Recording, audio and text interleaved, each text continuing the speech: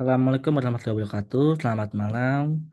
Sebelumnya izin alhamdulillah nama saya Jamal Abdul Aziz. Kali ini saya akan mempresentasikan hasil sub saya untuk UAS Manajemen Keuangan 2. Baik, langsung saja.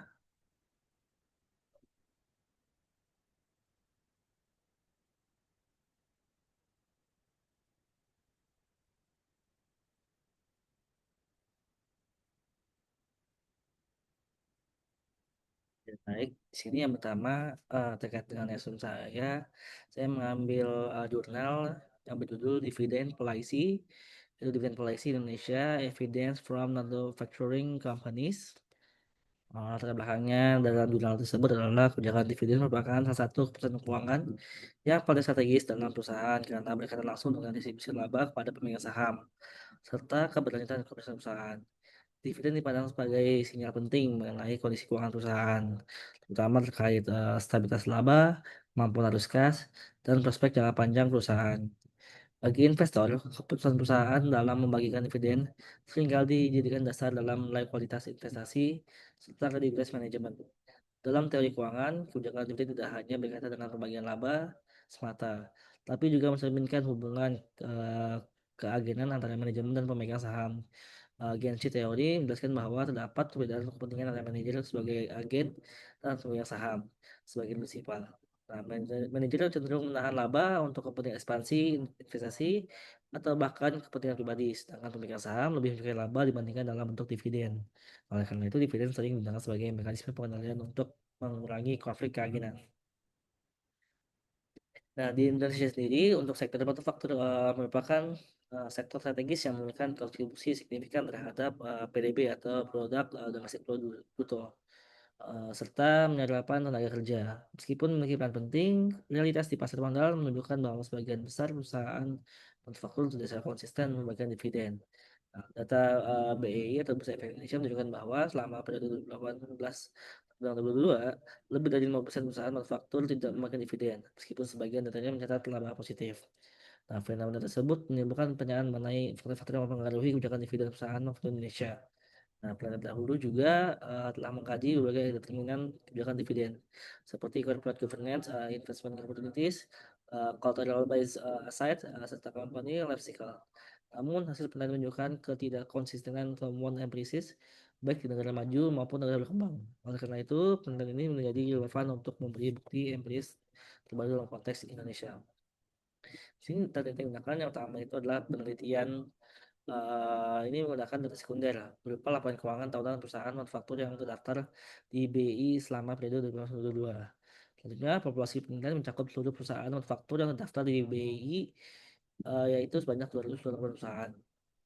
Nah, berdasarkan hasil tersebut diperoleh sebanyak 12 perusahaan sebagai sampel penilaian variabel dependen dalam penelitian ini adalah kebijakan dividen yang diukur menggunakan variabel double dummy.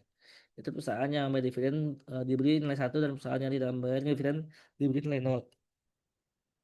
Nah, variabel independen terdiri dari corporate governance yang dipastikan oleh audit quality dan board independence investment opportunities yang ukur dengan market to book value of equity, collateral base asset serta carbon life cycle yang diukur dengan neutralized earning to total equity. Selain itu, plan ini menggunakan variabel control berupa dividen tahun sebelumnya dan profitabilitas yang diukur dengan return on asset atau ROA. Metode penelitian yang digunakan adalah pendekatan kuantitatif dengan metode penelitian asosiatif kausal. Itu penelitian yang bertujuan untuk mengetahui hubungan sebab akibat antara variabel independen dan variabel dependen. Metode ini dipilih karena sesuai untuk menguji pengaruh berbagai faktor terhadap kebijakan dividen perusahaan.